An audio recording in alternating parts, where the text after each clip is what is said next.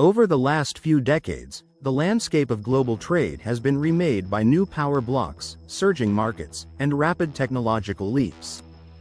Nations that once accepted the economic rules set by the West are now pushing to rewrite them. Perhaps nowhere is this more evident than in the evolving dynamic between the United States and the BRICS group: Brazil, Russia, India, China, and South Africa. These 5 emerging economies, once seen only as promising frontiers, have transformed into key players in world trade and development. For its part, the U.S. has long wielded considerable economic might, but recent shifts have forced Washington to rethink its approach. Escalating tariff battles, debates about fair trade regulations, and ongoing questions over the supremacy of the dollar have shaken old alliances and created new ones. Central to the friction, Donald Trump's administration adopted a tough stance, hinging on the idea of reciprocal tariffs that triggered far-reaching consequences. In the 20th century, the group of 7 industrialized nations dominated global GDP, effectively shaping trade policies and currency regulations. Developing economies had few ways to push back. But by the 1990s, countries like China and India had entered periods of breathtaking growth, bolstered by urbanization, strategic reforms, and their integration into global supply chains. Russia, grappling with post-Soviet transitions, still held geopolitical clout. Brazil and South Africa became central economic players in their regions. Together, they crystallized into BRICS, a bloc initially identified by big growth potential, yet increasingly unified by a desire for stronger representation in global governance. Their combined GDP and trade volumes steadily surpassed what Western observers once anticipated, forcing the United States, long accustomed to setting worldwide policies, to negotiate with newly influential markets. This shift came under scrutiny during Donald Trump's tenure, when relationships with China, India, and other BRICS members faced renewed tension. India, a cornerstone of BRICS, has an economy buoyed by over 1.4 billion consumers. To protect local businesses, it relies on notably high tariffs, especially for consumer goods and agriculture. This strategy has helped domestic producers thrive but irritates foreign partners, including Washington. During Trump's presidency, the U.S. took India to task for its protective import taxes, criticizing them as unjust barriers to American products. Prime examples: hefty duties on motorcycles and various agricultural items. India, fearful of losing a lucrative export market, explored ways to appease the White House, such as purchasing more American oil and liquefied natural gas. But if the U.S. reciprocally matched India's own high tariffs, those added fees, potentially around 10%, could harm India's export ambitions. The country now faces a difficult choice: continue protecting its homegrown industries, or bend under pressure to secure a key export market. Beneath it all, there's a larger debate over whether traditional protectionism can be harmonized with an increasingly interlinked global economy. India is hardly alone in feeling the heat. Trump's call for reciprocal tariffs sparked worries that other emerging economies might face similar treatment if their import duties or barriers were deemed too restrictive.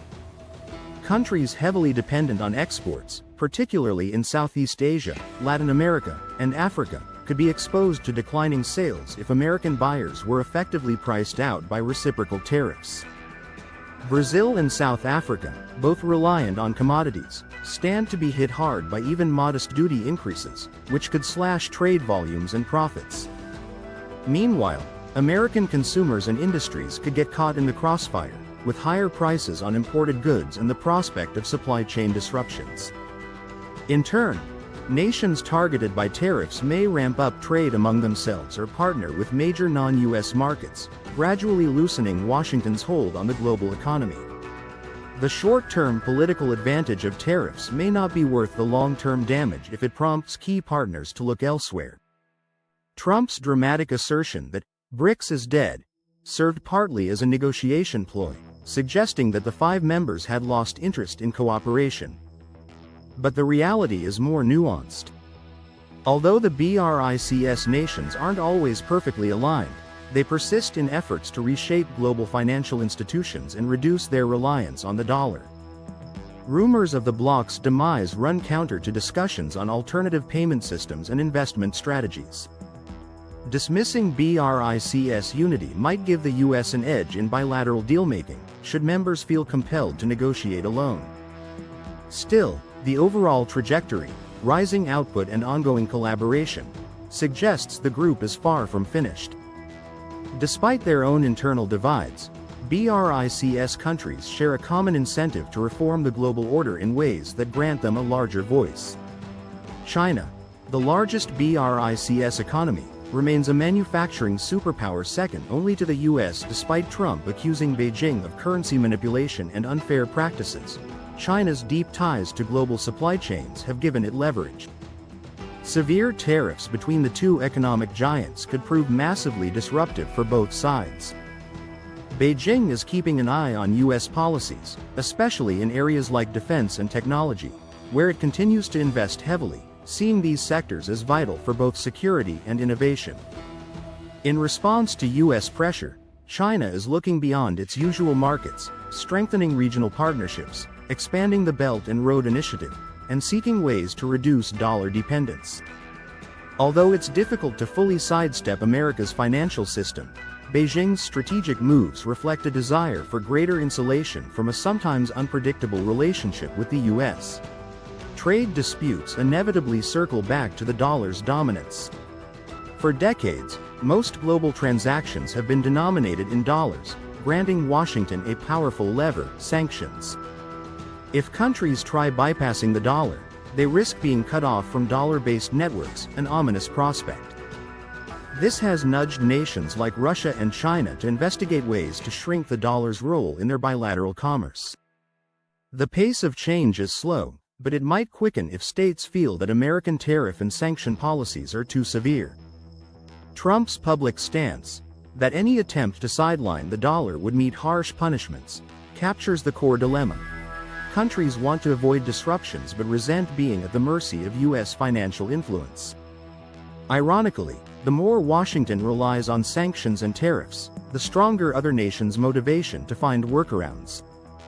Fueling the tension is the expanding US budget deficit, which calls into question how the government will balance massive military expenditures with ambitious economic goals. Trump frequently lamented the scale of American defense budgets, arguing that cutting back might release funds for infrastructure or industry. But slashing defense runs up against America's global security promises, formed largely after World War II. Meanwhile, Russia and China see their own military spending as essential, not just for national defense, but for broader technological advancement.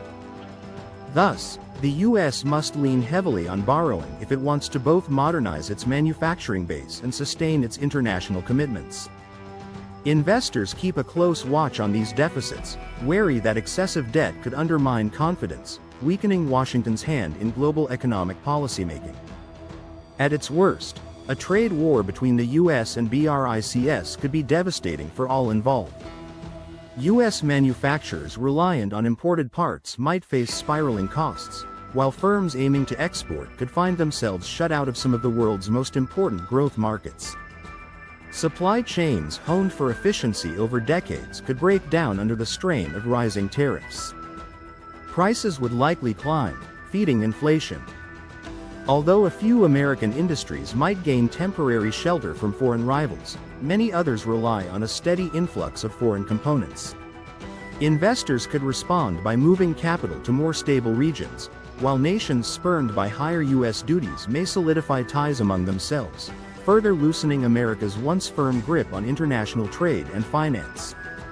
As more powers vie for economic leadership, the United States finds itself at a crossroads. It can no longer assume near total influence in a world where up-and-coming markets are gaining heft. Tariffs and threats might produce swift political victories, but could also unify those same emerging economies against US interests. In contrast, a more nuanced approach that prioritizes innovative diplomacy, strategic partnerships, and domestic investment might preserve America's leadership role even as new centers of power appear. The question remains: Will the US double down on reciprocal tariffs, or adapt to the reality of a more cooperative and competitive global stage? As the tug of war continues, nations on both sides watch closely. Will Washington escalate its reciprocal tariff policy, or recognize common ground? Will BRICS members give in to short-term demands, or push harder for financial structures less dependent on US backing? The stakes are monumental. A full-blown trade conflict could spur inflation, hamper industries, and damage trust. Alternatively, diplomatic compromise grounded in balanced policies might reorient global trade in a way that respects the shifting balance of power. Either way, the direction chosen now will influence global commerce for generations. Although the US remains a heavyweight in finance, tech, and military strength, leaning too hard on these assets could drive other countries to seek alliances elsewhere. A truly effective US strategy could marry its core interests with a willingness to share the stage, ensuring it remains a leader even as new economic giants continue to rise.